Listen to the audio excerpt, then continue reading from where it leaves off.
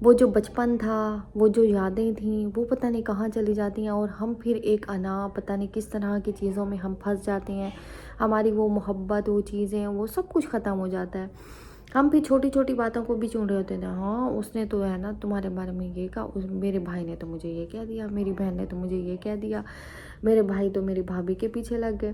مطلب اس طرح کی جو چھوٹی چھوٹی چیزیں ہوتی ہیں، ہم ہر چیز کو فیل کرنا شروع کر جاتے ہیں. ہاں جب ہم چھوٹی سی چیزوں کو پکڑ کر بیٹھ جاتے ہیں نا، تو پھر ہم ان چیزوں کو خود ہی بڑا بنا دیتے ہیں. ہمارے اندر صبر نہیں ہے، ہمارے اندر پیشنس نہیں ہے، ہمارے اندر اتنی محبت نہیں ہے جو کہ ہم آگے ڈیلیور کریں.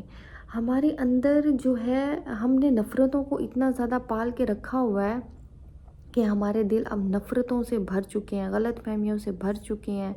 ہم نے خود ان چیزوں کو نا اپنے ذہنوں میں، اپنے دلوں میں گھسا لیا ہے کہ وہ چیز نہیں بھی ہوگی نا، ہم سوچیں گے نہیں یہ چیز ہے. ہم نے اپنی دشمنیوں کو اتنا زیادہ بڑھا دیا ہے کہ ہمیں کسی غیروں کی ضرورت ہی نہیں ہے. ہمارے اپنے ہی ہمارے سب سے پہلے دشمن ہوتے ہیں. ہم اپنے بہن بھائیوں کو ترقی کرتا ہوا نہیں دیکھ سکتے، ہمارے دلوں میں حسد شروع ہو جاتا ہے. اب بہن بھائیوں سے بھی کوئی حسد کرتا ہے؟ آپ ایک ہی خون سے آپ پیدا ہوئے، ایک ہی خون سے آپ پلے بڑھے، ایک ہی دسترخوان پہ آپ نے کھایا، ایک ساتھ آپ سوئے، ایک ساتھ آپ رہے، ایک ساتھ آپ نے کپڑے پہنے، آپ نے کھانا کھایا، اور پھر آپ وہیں ہو کر، بڑے ہو کر آپ ایک دوسرے کے خون کے پیاسے ہو گئے. تو اس طرح سے بھی رشتے چینج ہوتے ہیں. اور جب آپ ان رشتوں کو اپنی آنکھوں کے سامنے اس طرح سے چینج ہوتے ہوئے دیکھتے ہو کہ بہن بھائی ہی سب سے پہلے دشمن ہو جاتے ہیں، تو پھر آپ بہت ٹوٹ جاتے ہیں. آپ ٹوٹ جاتے ہیں، آپ کو بہت زیادہ تکلیف ہوتی ہے.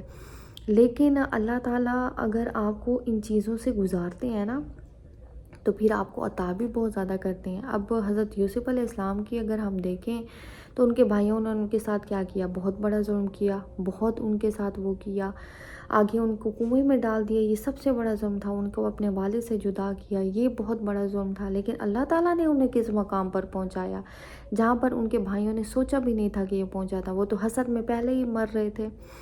لیکن حضرت یوسف علیہ السلام نے، اب آپ دیکھیں جب وہ اپنے بھائیوں سے ملے تو انہوں نے ایک دفعہ بھی نہیں جتایا کہ تم لوگوں نے میرے ساتھ یہ کیا کہ میں اور یوسف ہوں. انہوں نے یہ بھی نہیں بتایا. انہوں نے واپس بھیجا، پھر بلایا، واپس بھیجا، پھر بلایا، واپس بھیجا، پھر بلایا.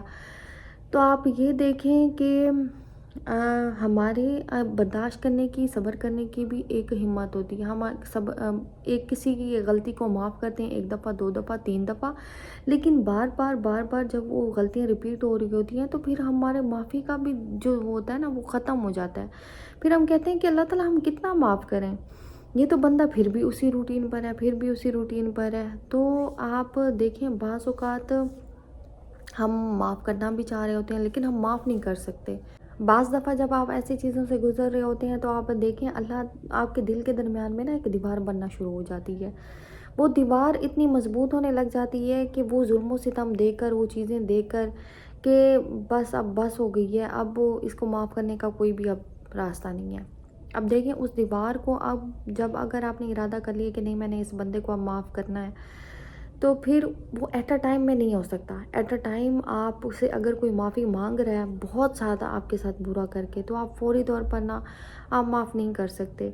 یہ اس طرح کا نہیں ہو سکتا کہ دو بچے لڑ رہے ہیں اور دو بچے اب آپس میں لڑ رہے ہیں تو ہم انہیں کہہ دیتے ہیں کہ اسے بھی ڈانٹ دیتے ہیں، اسے بھی ڈانٹ دیتے ہیں، اور کہتے ہیں کہ گلے ملاؤ اور ہاتھ ملاؤ ایک دوسرے کے ساتھ. اب وہ اوپر سے تو گلے بھی مل لیں گے، ہاتھ میں ملا لیں گے، لیکن جو ان کے دل میں وہ چیز ہوگی نا، وہ گیپ وہ فل نہیں ہوگا. اب اس گیپ کو فل کرنے کے لیے ٹائم کی ضرورت ہوتی ہے. آپ یہ کہیں کہ ہمیں فوری طور پر معاف کر دیا جائے ہماری غلطیوں کو، ہماری خطاؤں کو، تو ایسا بالکل بھی نہیں ہو سکتا. یہ بہت ہی امپاسبل سی بات ہے کہ اگر آپ کسی کے ساتھ بہت برا کریں اور آپ ایک دفعہ معافی مانگیں اور وہ آپ کو فوری طور پر معاف کر دے، ایسا نہیں ہو سکتا. اسے معاف کرنے کے لیے بھی ٹائم کی ضرورت ہے. ایک ٹائم ایسا آتا ہے تو پھر آپ وہ دیوار جو ہوتی ہے، جو آپ کے دل کے قریب بن جاتی ہے، وہ آہستہ آہستہ ٹوٹتے ایک ٹائم ایسا آ جاتا ہے، پھر آپ کہتے ہیں کہ ہاں اب مجھے اسے معاف کر دینا چاہیے. لیکن ایٹ اے ٹائم آپ یہ نہیں کر سکتے کہ آپ اس بندے کو فوری طور پر معاف کر لیں. آپ ہی آزما لیں. ہمارے ساتھ کسی نے بہت برا کیا ہے اور پھر بہت برا کرنے کے بعد وہ ہم سے آ کے معافی مانگ لے، تو آپ فوری طور پر اسے معاف نہیں، آپ اوپر اوپر سے بے شک کہہ دیں کہ ہاں میں نے تمہیں معاف کر لیا، کوئی مسئلہ نہیں، کوئی بات نہیں، لیکن آپ کا جو دل ہے نا، دل وہ اندر سے اس چیز کو نہ بھول سکے گا، نہ ہی آپ اس سے پراپرلی معاف کر سکیں گے۔ یہ ایک حقیقت ہے، چاہے آپ جتنی بھی کوشش کر لیں، آپ دلی طور پر اس چیز کو نہیں بھلا سکیں گے، اور نہ دلی طور پر اس چیز کو معاف کر سکیں گے۔ آپ کو اس چیز کے لیے، اس ہیلنگ کے لیے آپ کو ٹائم کی ضرورت ہے، اور وہ چیز آپ کو ٹائم سے ملے گی، اور پھر ایک ٹائم آئے گا کہ آپ اس کو معاف کر دیں گے۔ ایسے ہی نہیں کہا جاتا انسان کو توڑنا بہت آسان ہے، لیکن انسان کے جو درمیان وہ دیوار بن جاتی ہے اسے توڑنا بہت مشکل ہے۔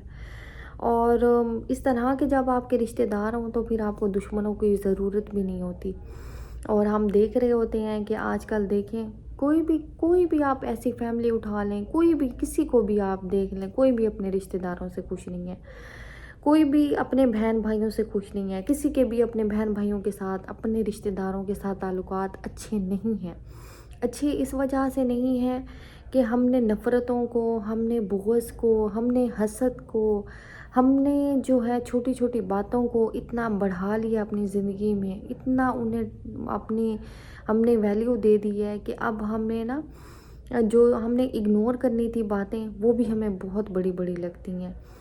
تو ہم نے اپنے مسائل کو خود ہی بڑھا لیا، وہ محبتیں نہیں رہیں، وہ پیار نہیں رہے۔ اگر آپ کسی کو محبت کرتے ہو تو پھر آپ کو اس کی اچھائیوں کے ساتھ آپ کو اس کی برائیوں کو بھی اپنانا پڑتا ہے، اور رشتوں میں یہی ہوتا ہے کہ آپ کو چھوٹی چھوٹی باتوں کو اگنور کرنا پڑتا ہے، چھوٹی چھوٹی باتوں کو چھوڑنا پڑتا ہے، آپ کو معاف کرنا پڑتا ہے، آپ کو بہت ساری چیزوں کو بھولنا پڑتا ہے، آپ کو دینا پڑتا ہے، آپ کو پیار دینا پڑتا ہے، آپ کو محبت دینی پڑتی ہے۔ یہ نہیں ہے کہ ایک ہمارا بھائی یا بہن ترقی کر رہے ہیں تو ہے ہم سڑ کوڑ مڑ جائیں، ہماری حسد کے جو دیے جل جائیں۔